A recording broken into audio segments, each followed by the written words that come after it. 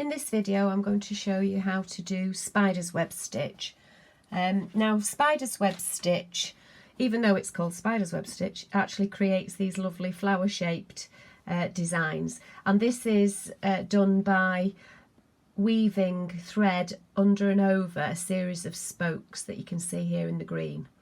So to start off with, you need to mark on your fabric that you're going to embroider a centre point mark, so the cross that I've done there in pencil, and then I've chosen to do 5 marks for where my 5 spokes are going to be around the outside. Now the important bit is that you need an odd number of spokes. So I've chosen 5, but you could use 7, you could use 9. I certainly wouldn't go any less than 5 spokes. So when you've marked them, then you're ready to start sewing with whatever colour you want for your spokes. So I've chosen green, so I've threaded all 6 strands onto my needle and put a knot on the end. And I'm going to take my needle through the fabric. Now it's important that you take it through not at the centre point but at the end of one of your spoke marks.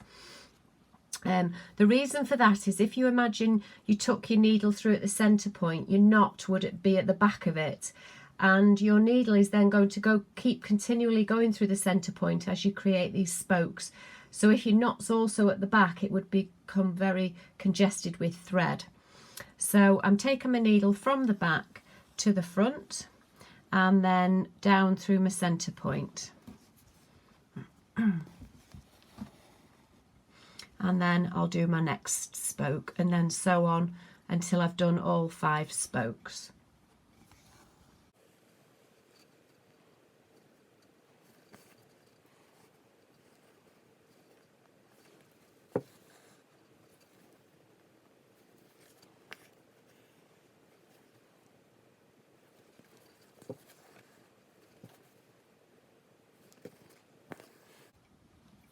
And then when you've done them all, the last one, you take your needle through and knot that thread off at the back.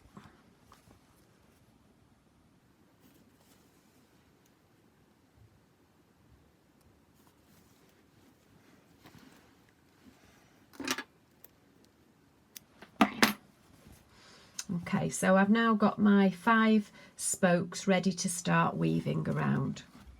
So I'll put my contrasting colour thread onto my needle and put a knot on the end.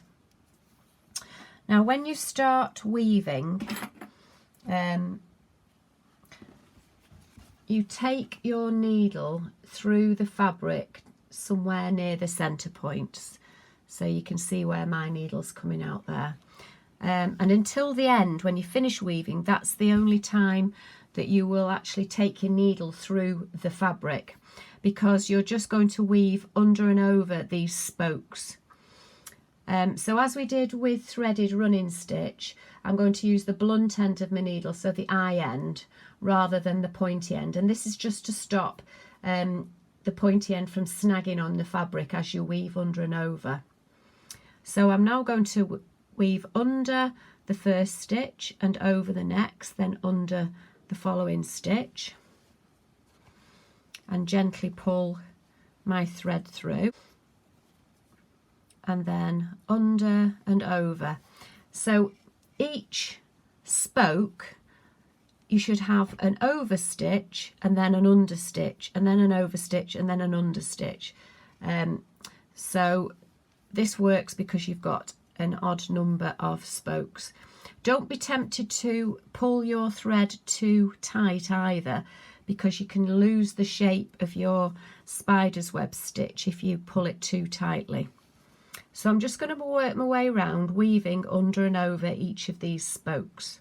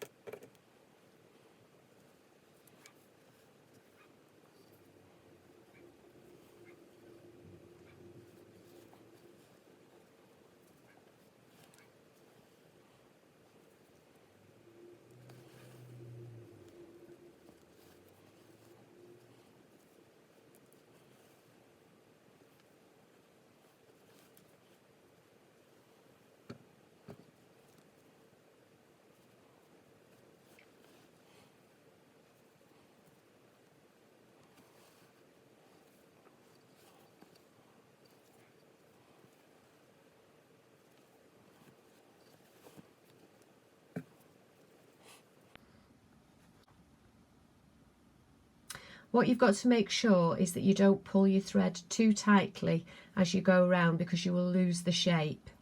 But when you've done enough weaving around to create your flower, just take your needle back through the fabric next to one of the spokes and knot it off at the back, and that completes your spider's web stitch. What you can do, and I'll just show you in another example, is you could change the colour of your thread part the way through. So you can see here, this has got 3 colours and this has got 2 colours, and that's spider's web stitch.